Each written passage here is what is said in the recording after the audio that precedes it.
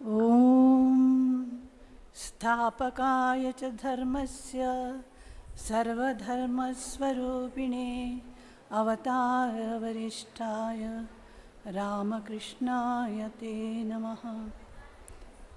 यथाग्निर्दाहिका शक्ति रामकृष्णे स्थिता हि या सर्वविद्यास्वरूपां त्वां शारदां प्रणमाम्यहम्।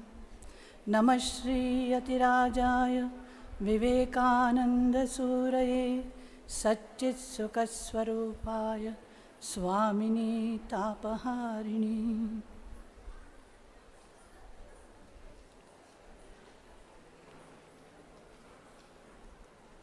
सम्मुख उपस्थित सभी मातृका शक्तियों को एवं सभी माता शक्ति रूपिणी माताओं को मेरे अंतर से प्रणाम। मेरे विषय है मानवी मातृत्व से श्री श्री शारदा देवी का दिव्य या दैवी मातृभाव का विकास।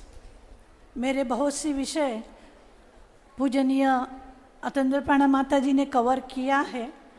मैं थोड़ी दृष्टिकोण बदल के मैं थोड़ा बताने का कोशिश करती हूँ। पहले हम देखते हैं, अभी चंडिका हमने देख लिया है, माता जी ने भी वो स्तोत्र बताया था जो चंडिका 5वीं अध्याय में आता है। तो देवियों का माने देवताओं का स्तुति, या देवी सर्वभूतेषु मातृरूपेण संस्थिता नमस्तस्यै नमस्तस्यै नमस्तस्यै नमो नमः। ये जो बताया है 3 बार नमस्तस्यै नमस्तस्यै नमस्तस्यै, ये 3 शब्द का गूढ़ अर्थ है जो देवी का सूक्ष्म देवी का पहले जो स्वरूप है स्थूल स्वरूप, माँ का जो स्थूल स्वरूप का देवी का नमस्तस्यै, द्वितीय जो नमस्तस्यै होता है वो है सूक्ष्म रूप का, और तृतीय जो होता है कारण स्वरूप का। ये तीनों कारण स्वरूप का देवताएं नमन करते हैं और जागृत करते हैं, प्रार्थना करते हैं शुंभ निशुंभ से बचाने के लिए। यहाँ में अभी आप लोगों ने देखा है शुंभ निशुंभ कौन है? अहमता और ममता, ये हमारे प्रतीक हैं। शुंभ निशुंभ कहीं बाहर का नहीं है, ये हमारे अंदर ही है। हमारे अहंता और ममता ही है शुंभ और निशुंभ, ये जान लीजिए। और प्रथम हम देखते हैं माँ का स्थूल स्वरूप। स्थूल स्वरूप हम देखते हैं ना, यो इसके पहले में बहुत याद है भी, सर्वभूतेषु न स्त्रिया समस्ता सकला जगस्सु, ये पहले बताएं तो 11वीं इसमें बताते हैं कि स्तुति में आता है 12वीं श्लोक 11वीं अध्याय का स्तोत्र में, स्त्रिया समस्ता सकला जगस्सु। समस्त स्त्रियों में, मुझे लगता है हिंदी सबको तो समझ में आ रहा है ना, स्त्रिया समस्ता यानी समस्त नारियों में, सकला जगस्सु यानी नारी मात्र ही माँ का स्वरूप है। वो बायोलॉजिकल माँ हो या जो भी हो, या एक कन्या भी हो, वो माँ का स्वरूप है, जगदम्बा का स्वरूप है। क्योंकि मातृ भाव नारी मात्र में अधिक प्रमाण से है। हम देखते हैं अगर एक फैमिली में 4-5 जन संतान है, तो जो अगर कन्या बड़ी कन्या होती है तो उसके अपने भाइयों से या बहनों के प्रति एक मातृभाव रहता है। हमारे जीवन में भी हमने देखा है कि माँ कुछ काम में लगन में कुछ काम कर रही है, तो वो बड़ी दीदी है, वो सब बच्चियों का देखभाल करना, उनका संवरना, स्कूल में के लिए रेडी कर देना, वो बड़ी दीदी बड़े प्रेम से करती है। ये बहुत सुंदर पिक्चर हम हर एक हमारे भारतीय संस्कृति में देखते हैं। आजकल का ये पिक्चर नहीं है, क्योंकि आजकल क्या है, हम दोनों हमारे दो या हम एक। ऐसी स्थिति में जो जो छोटे हैं उनको देखने का कहाँ पिक्चर नहीं मिलता, लेकिन हमने देखा, हमारे बचपन से हमने देखा है इसको, है ना। वो नारी मात्र एक सुंदर पिक्चर है। हमने सुना है कि कहीं उत्तराखंड है या कहीं पहाड़ी जगह पर कुछ साधुएं बैठे हैं पहाड़ के ऊपर, और एक बच्ची अपने भाई को, छोटे भाई को लेके पहाड़ पर चढ़ रही है। एक बूढ़े साधु बैठे हैं तो सोच रहे हैं इतनी छोटी सी बच्ची भाई को ले जा रहे हैं, कितना कठिन हो रहा है, उसको कितना भारी उठाना पड़ रहा है। तो बच्ची को बोलते हैं, बेटा तुम्हें बहुत भारी लग रहा है ना।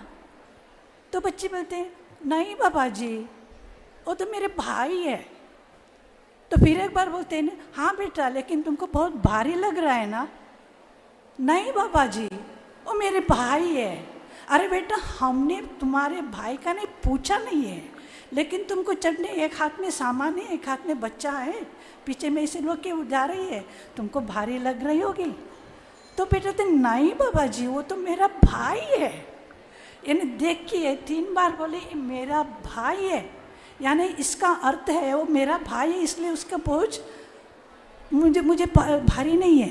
ये जो मातृत्व का, जो माता होती है, जो माता अपने संतान को बोझ ऊपर लेके उठती है, ये जो भाव जो अंदर वो छोटी सी लड़की में, इसका विकास हम माँ का जीवन में भी देखते हैं। कितना सुंदर पिक्चर है जयराम बाटी में। माँ छोटी सी है, इधर दिखा है, मेरा तो पीपीटी करने का जरूरत ही नहीं है, यहाँ पूरा डिस्प्ले मैं कल देख रही थी, पूरा पिक्चर इधर है। छोटी सी लड़की है तो बच्चों को, भाइयों को ले जा रही है, आमोदर नदी के तीर ले जा रही है, नहलाती है, सब कुछ करती है, खिलाती है, वो खेलते हैं तो कपड़े धोती हैं, सुखाती है, उसको संवर के फिर समेट के फिर वापस लेके आती है। कितना सुंदर पिक्चर देखिए। बच्चों को वे माँ की तरह करते हैं, है ना। ये मात्र यानी स्थूल रूप का माँ का स्वरूप हम यहाँ माँ का बचपन के जीवन में देखते हैं। जो मैंने पहले जो बताया था वो तो है, लेकिन कि माँ के बचपन के इसमें उसका परिधि, जो मात्र भाव का परिधि और भी थोड़ा विस्तृत रूप में हम माँ का जीवन में देखते हैं बचपन से ही। और बीच बीच में गाय के लिए जो चारा काटना, पानी की नदी में आधा पानी में खड़े रह के, इतना ही नहीं, बहुत प्रेम से, लगन से खेत में जो काम कर रहे हैं उनके लिए जो नाश्ता या खाना लेके जाना, उनको खिलाना, ये जो बड़े प्रेम से करते थे माँ। और जो दूसरा पिक्चर है जो मातृ भाव का, किसी ने बताया नहीं उनको कि जब अकाल पड़ गया तो भूखे थे तो जल्दी जल्दी खाना, कितने दिन से खाए नहीं है, तो माँ को किसी ने बताया नहीं था कि उसको पंखा कर लो, जल्दी खाना होगा। अपने मन से जो मातृ भाव था, उसके अपने मन से वो आके जो जल्दी जल्दी हवा करती है, जिस कारण से जल्दी जल्दी भूख मिटा सकते हैं। ये जो भाव है माँ का, बचपन से भी देखते हैं।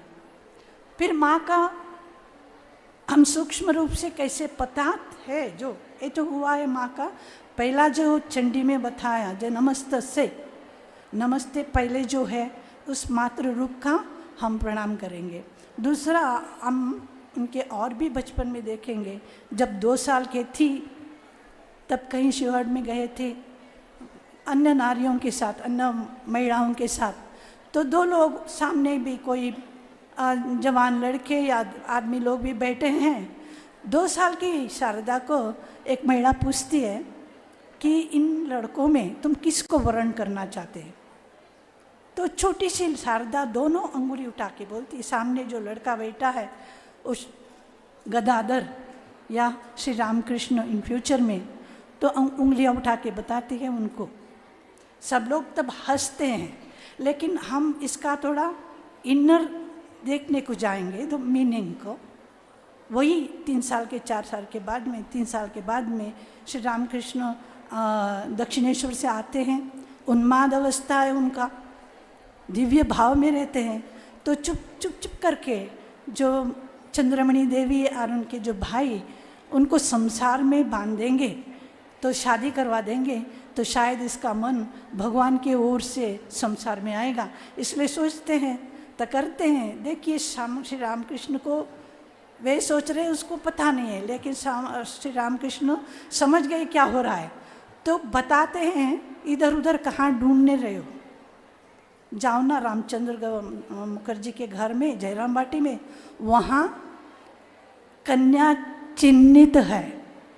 ये दोनों गुड़ शब्द है जो चिन्हित है, और उधर माँ ने उनको तो दिखाना या पूर्व से ही इनका दिव्य यानी विधि का जो होने वाले का वो तो पहले से तय किया हुआ है संकल्प। एक हम देखते हैं, उसके बाद में 5 साल की थी, वो पिक्चर बहुत सुंदर देखिए, शायद कोई गोद में उठा रहे हैं शारदा को, और 24 साल का लड़का युवा श्री रामचंद्र श्री रामकृष्ण या गदाधर, शादी होती है, फिर वो भूल जाते हैं, चले जाते हैं दक्षिणेश्वर चले जाते हैं, अपने कालिक के मग्न रहते हैं, और उनका उन्माद अवस्था होता है। यहाँ माँ को, यहाँ सब जयराम बाटी में सब गुंजन हो रहा है कि श्यामा सुंदरी की लड़की की विवाह उन्माद लड़के से हुआ है।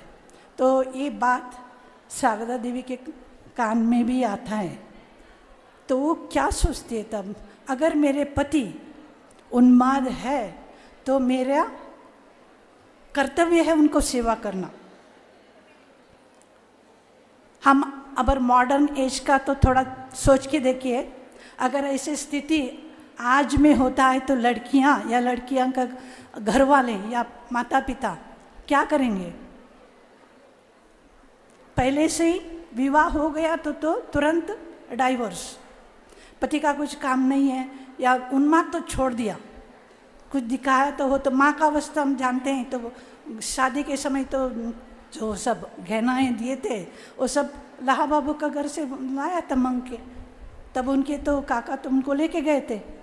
लेकिन आज की परिस्थिति में हमारे संसार में हमारे समाज में क्या होता है, लेकिन माँ का देखिए, माँ सोच रहे उन्माद है तो मेरा कर्तव्य उनका सेवा करना। और आते हैं दक्षिणेश्वर, आते हैं श्री रामकृष्ण के साथ में रहते हैं, उनके कमरे में ही रहते हैं, एक साथ ही रहते हैं। आज श्री रामकृष्ण ये जो कुछ गूढ़ शब्द है, गूढ़ वाक्य है, ठाकुर हमको ये तो चिंतन करने का वाक्य है। सब हम तो पढ़ते हैं, सब छोड़ देते हैं। माँ का जिन माँ ने ऐसे बताया, ठाकुर ने ऐसे बताया। ठाकुर का प्रश्न था, क्या तुम मुझे इस संसार में ओढ़ने के लिए आई हो? पहला प्रश्न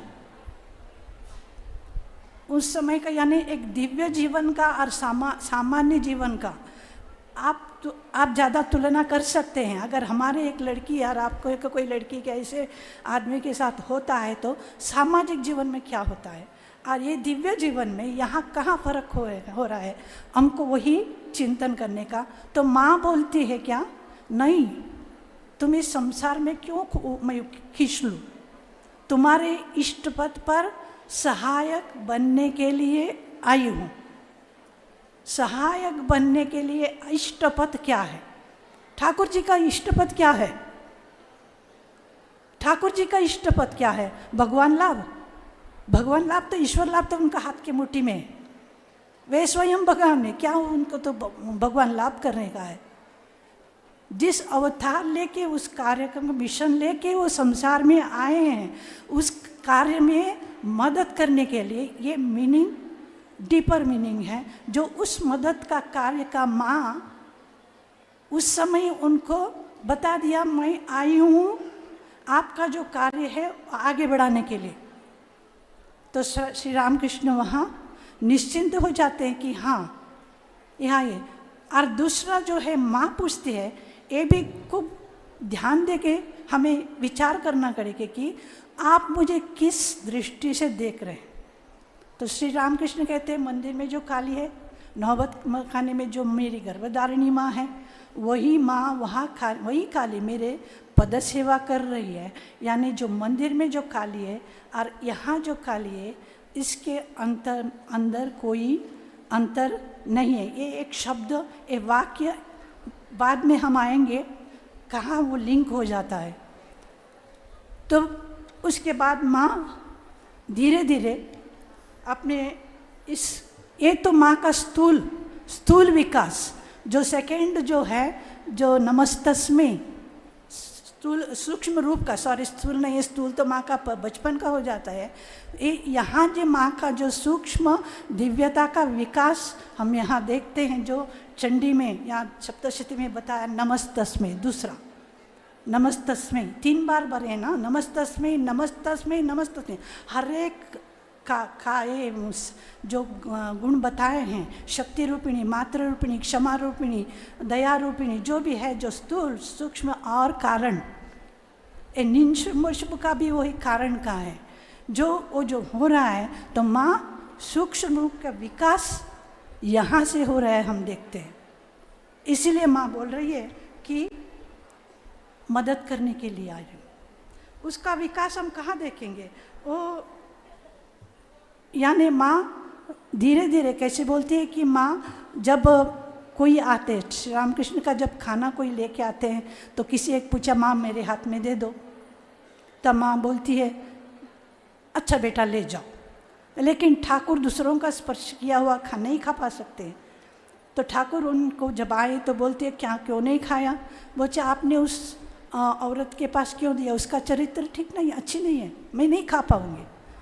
तो माँ बोलती है माँ मुझे कोई भी माँ बोल के पुकार के कोई मांगेंगे या करेंगे, मैं उन्हें वापस नहीं कर दूंगी। एक सिर्फ माँ की उक्ति नहीं है, ये हमारे लिए है।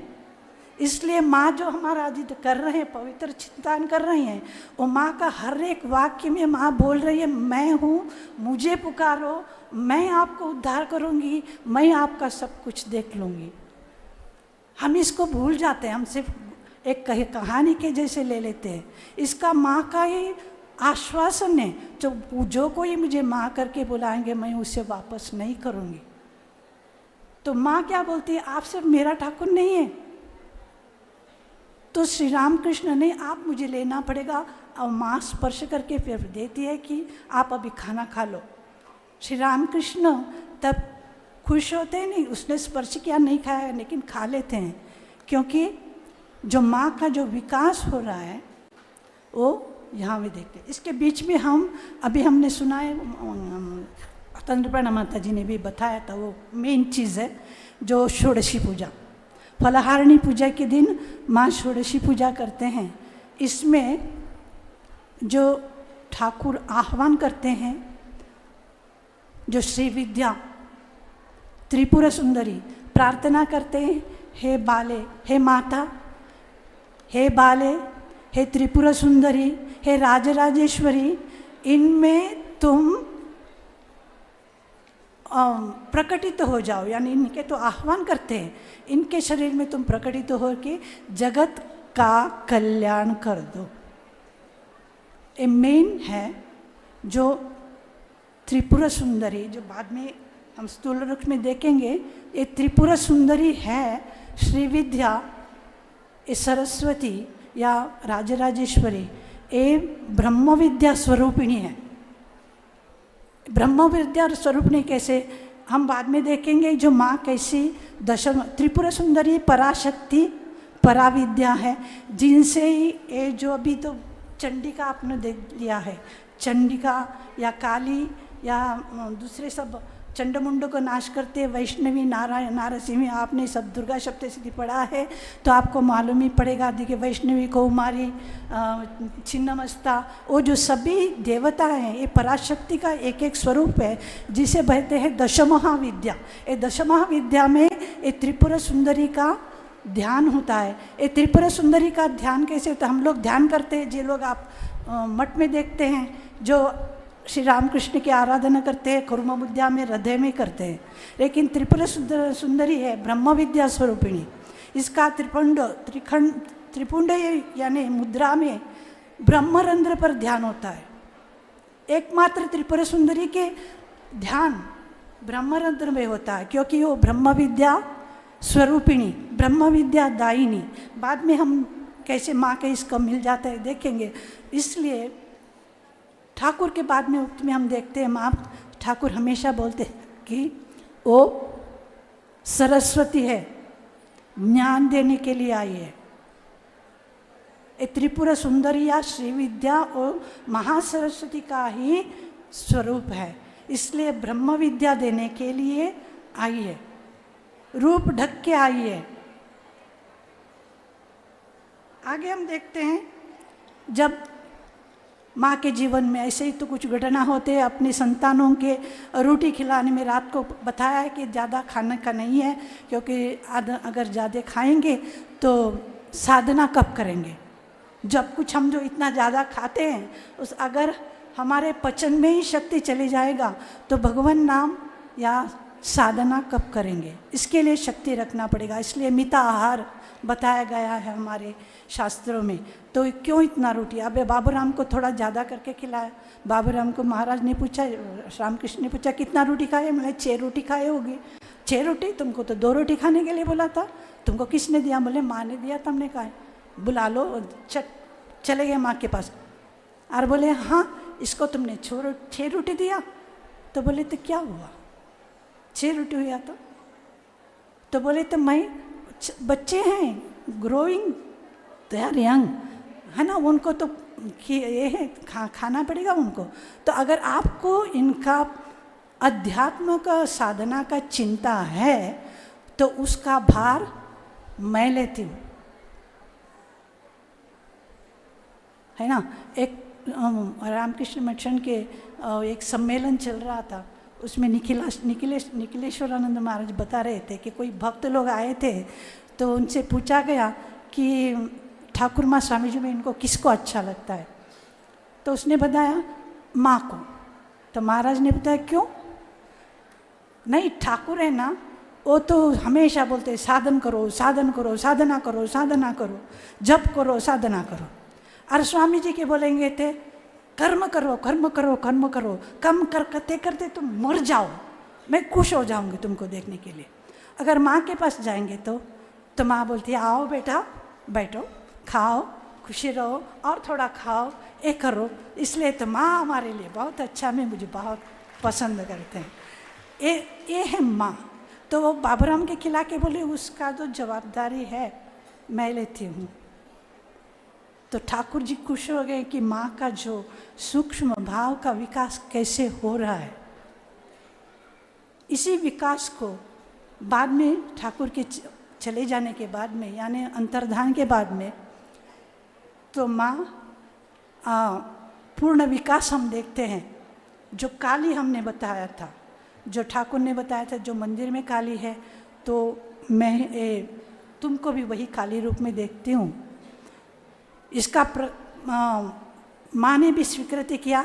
शिवदादा जब जयराम बाटी जाने वाले थे तो शिवदा पूछ रहे हैं तो माँ तुम कौन हो? तो मैंने तुम्हारा कुड़ी यानी तुम्हारी कहते हैं मैं चाची हूँ। तो बोलते हैं नहीं, तो तुम जाओ ना, वहाँ दिखता है ना, तो जयराम बाटी दिख रहा है, तुम चले जाओ। मैं यार अरे तुम क्यों कैसा है, तुम मेरे साथ आए चलो। नहीं नहीं मैं नहीं जाऊँगा, तुम कौन है मुझे बताओ। लोग मुझे कहते हैं काली। तो बोले ठीक है जाओ ना, उधर है ना काली बोल रहे हैं ना, तुम जाओ। तो भी मनता नहीं। तो माँ बोले थे नहीं तुम क्या बोलो, तुम क्या सोचते? तब बोलते हाँ मैं काली हूँ। आपने स्वीकारोक्ति किया है कि मैं काली हूँ। एक है। अरे काली हो गए तो बाद में भक्त लोग माँ को पूछते हैं कि माँ आप ठाकुर जी के, और मैं पूरा जीवन में नहीं जानूँगी आप तो ठाकुर के किस रूप से कैसे कैसे सेवा किया था माँ को, वो बहुत अद्भुत है, यानी सामान्य लोग नहीं कर सकते। तो माँ को पूछा माँ आप किस दृष्टि से ठाकुर जी का पूजा कर रहे थे? तो माँ बोलती है संतान रूप से। ये जो काली जो बताया था ठाकुर ने, जो काली उधर है मैं आपको स्वरूप देखती हूँ, वहाँ का लिंक देखना है हमारे कि जो ठाकुर की जी काली बताते थे, हर एक चीज़ में पूछने के लिए माँ के पास दौड़ के जाते थे। नरेन बोल रहा है मेरा दिमाग खरा है तो मैं आप मोहित हूँ, तो दौड़ के पूछते माँ को, माँ नरेन ऐसे बोल रहा है। ऐसे काली माँ को यानी काली को अपने संतान बच्चे जैसे माँ के पास दौड़ते थे, वही काली को यहाँ माँ के अंदर देखा है। ये माँ की देखने का और माँ का उस स्वरूप में जाके ठाकुर जी का सेवा करने का है। यानी दोनों काली, ठाकुर भी काली, माँ भी काली। माँ उसका प्रूफ खुद देते हैं कि ठाकुर को मैंने संतान रूप से सेवा किया है। ये जो अद्भुत, यानी हम जितने इसके बारे में सोचेंगे, एक ध्यान का वस्तु है। आप सब लोग पूछते हैं तो मन इधर उधर भटकता है, ध्यान नहीं होता है, क्या करें? ध्यान में मन कंसंट्रेशन नहीं होता है। एक एक चीज़ लेके हम अगर डीप चिंतन करेंगे, यही ध्यान का वस्तु है। एक लीजिए ना, ठाकुर जी ने बताया था काली, मैं काली, वो काली, एक काली, एक काली इसमें आ गए तो हो गया। आपका पूरा आधा घंटा 15 मिनट जो भी है आपको उसी में चली जाते हैं, है ना। ध्यान का वस्तु हो गया। और जो त्रिपुरा सुंदरी, अब हम पता नहीं मुझे टाइम कितना मिलेगा, तो दूसरे हम देखते हैं माँ ठाकुर ने बताया कि वो सरस्वती ज्ञान देने के लिए आई और यहाँ उनको आह्वान किया था जगत के कल्याण के लिए, तुम इनके अंदर प्रकट होके जगत का कल्याण करो। त्रिपुरा सुंदरी, ओ सरस्वती या त्रिपुरा सुंदरी एक ही है जो ब्रह्म विद्या दायिनी। तो इस ब्रह्म विद्या दायिनी का जो हम चंडी में देख रहे हैं, अभी देखा था शुंभ निशुंभ, शुंभ और अहमता और ममता है। जो जब तक अहमता ममता नहीं जाता है तब तक ब्रह्म विद्या प्राप्त नहीं होता है। जब तक ये सूक्ष्म जो नमस्तस में बताया है, लास्ट का जो है शुंभ निशुंभ वध में आता है, क्या है वो ईश्वर भाव का भी संस्कार भी निर्मूल होना चाहिए, तभी ब्रह्म विद्या प्राप्त होती है। यानी ईश्वर भाव का संस्कार, ये आप सोच लीजिए, उसमें डीप में जाने का तो और भी टाइम लगेगा। जो भी हो, जो त्रिगुण सरस्वती का हम देखते हैं, जो ब्रह्म विद्या स्वरूपिणी, ये अहम ममता नाश नहीं होगा तो नहीं होता है। वो माँ उसी के लिए आती है। अब हम देखेंगे उनका एक संतान था जो खुद को सोच रहे हैं कि मैं गलत काम कर रहा हूँ, मेरा मन में गलत सोच आता है। हम सभी संसारी हैं, हम सब सभी नॉर्मल, यानी भगवान लाभ करके नहीं आए। कभी कभी हमारे संस्कार के वश से किसी के बारे में बुरा चिंता आता है, आएगा भी, क्योंकि उसी के अंदर से ही सबको जाना पड़ता है साधक जीवन में। तो वो सोच रहा था, माँ से मैंने दीक्षा लिया है तो मेरे मन में बुरा विचार आए थे, यहाँ मैं इसके लिए लायक नहीं हूँ। तो इसलिए माँ के पास आके बोलते, माँ आप मंत्र वापस ले लो, मेरे मन में बुरा विचार आ रहे हैं, मैं क्या करूँ, आप वापस ले लो। माँ कुछ बोले नहीं, एकटक उनकी ओर देख लिया, चुप करके रह गई। तुरंत उस लड़के के मन में विचार आया, मैं क्या फिर, इतने दिन तो माँ के बल थी, माँ मेरे साथ थी, माँ मेरे गुरु है, इसलिए मैं संसार में निर्भीक होके जा रहा था।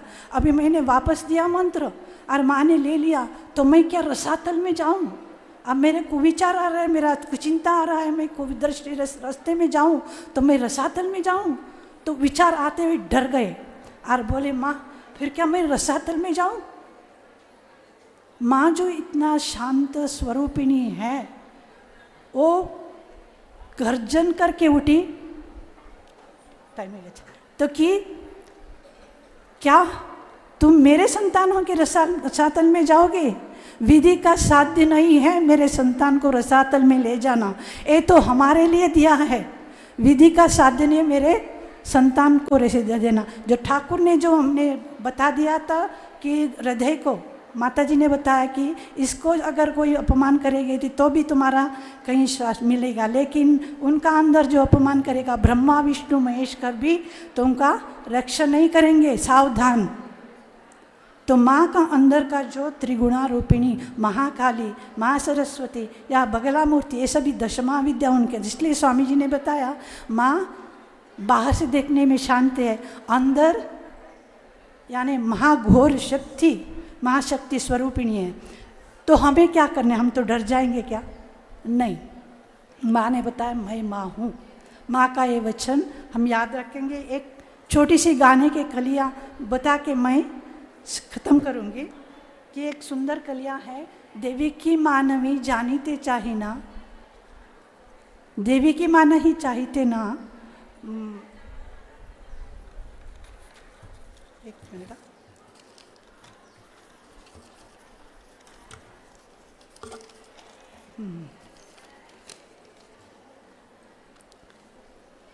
तापित हृदय जुड़ाते, देवी की मानवी चाहिते ने आर, तापित हृदय जुड़ाते चाय, अंजलि मोर अशुद्ध आँखी दारा, माँ माँ बोले डाकी। यानी तुम देवी या मानवी, मुझे कुछ नहीं चाहिए। मेरा हृदय, हमारे हर एक के हृदय में कुछ है, इसीलिए इतने लोग यहाँ देख लिया आप लोगों ने, कितने लोग फॉरेनर्स आ रहे हैं ध्यान करने के लिए। क्यों? अंदर में कुछ चाहता है, कुछ हृदय में कुछ ताप है जो चाहते हैं जुड़ाने के लिए। तो आएंगे तो क्या अंजलि क्या देंगे? हम पुष्पांजलि, सभी तो तुम्हारा है, हम क्या पुष्पांजलि देंगे? हमारे अश्रुधारा है तुम्हारे चरण में देते हैं और मुंह में माँ माँ बोल के बुलाते हैं। इस माँ करके हम, माँ ने दिया है, मुझ माँ को बुलाओ, मैं तुम्हारे पीछे हूँ, मैं तुम्हारी रक्षा करती हूँ। यही प्रार्थना करके हम ख़त्म करेंगे। मेरी 2 वाक्य का जो अंजलि माँ को समर्पण करके ख़त्म करती हूँ। जयम ओम जननीं शारदां देवीं रामकृष्णं जगद्गुरुं पादपद्मे तयो श्रित्वा प्रणमामि मुहुर्मुहुः, प्रणमामि मुहुर्मुहुः, प्रणमामि मुहुर्मुहुः। పూజనీయ అమోఘ ప్రణమాతజీ శారదమ్మ అవతార రహస్యాన్ని అద్భుతంగా చెప్పారు. నమస్తస్యై నమస్తస్యై అని 3 సార్లు అంటాం కదా, అదేంటంటే స్థూల స్వరూపం, సూక్ష్మ స్వరూపం, కారణ స్వరూపం. అమ్మలో ఈ మూడింటి ప్రకాశం చూస్తాం. స్థూల స్వరూపంలో చిన్నప్పుడు తమ్ముళ్ళని లాలించడంలో అమ్మ ప్రకాశం చూసాం. అలాగే తర్వాత శిష్యులని లాలించడంలో చూసాము. సూక్ష్మ స్వరూపంలో ఏంటి? అమ్మ అన్నం పళ్ళెం తీసుకెళ్తున్నప్పుడు అమ్మ అని పిలిచిన వారిని నేను ఎవరిని కాదనలేని అన్నారు కదా, అంటే అందరిలోనూ నేనున్నాను అని చెప్తున్నారు. అది అమ్మ సూక్ష్మ స్వరూపం. ఇక కారణ స్వరూపం ఏంటి? ఆమె బ్రహ్మ విద్యా స్వరూపిణి. త్రిపుర సుందరి ధ్యానంలో మాత్రమే బ్రహ్మరంధ్ర ధ్యానం ఉంటుంది. అమ్మ బ్రహ్మ విద్యాదాయిని. అంతేకాదు ఈ బ్రహ్మ చింత చేసేవారి భారాన్ని కూడా తీసుకుంటాను అని బాబురామ్ మహారాజ్ 4 రొట్టెలు ఎక్కువ తింటున్నప్పుడు అన్నారు. మీకు చింత లేదు, ఆధ్యాత్మ చింత చేసే వారి భారాన్ని అన్ని విధాలా నేను తీసుకుంటాను అని చెప్పారు. ఈ విధంగా 3 రూపాల్లో, స్థూల సూక్ష్మ కారణ రూపాల్లో అమ్మ యొక్క మాతృత్వ ప్రకాశం జరిగింది. ఏదేమైనా మనకి మాత్రం మన శారదమ్మ సొంత అమ్మ.